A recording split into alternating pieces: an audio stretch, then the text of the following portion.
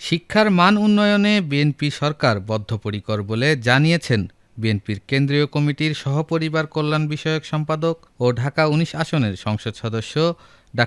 দেওয়ান মোহাম্মদ সালাউদ্দিন বাবু। শনিবার দুপুরে সাভারের থানা রোডে সাভার প্রাইভেট মাদ্রাসা অ্যাসোসিয়েশন এর উদ্যোগে শিক্ষার্থীদের মাঝে বৃত্তি প্রদান অনুষ্ঠানে যোগ দিয়ে তিনি এ কথা জানান।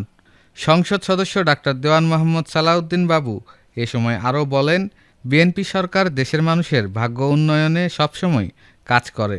পরে তিনি সাভারের এনাম মেডিকেল কলেজ অ্যান্ড হাসপাতালের অডিটোরিয়ামে সালাউদ্দিন বাবু ফাউন্ডেশনের উদ্যোগে নারী উদ্যোক্তাদের নিয়ে বিশেষ কর্মশালা উদ্বোধন করেন।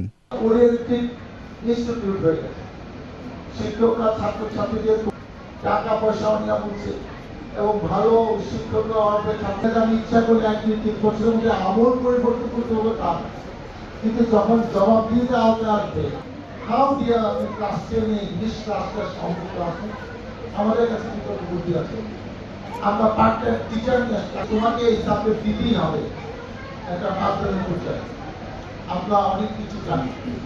আগে সরকারিভাবে একজন এই দাপটকে আমরা জানি, আপনার ভালো কাজে আমার কিছু কিছু দাপট আমি ব্যবহার করবো শিক্ষার মান বৃদ্ধি রাখবো এবং প্রয়োজন হলে সেটা আমি করব।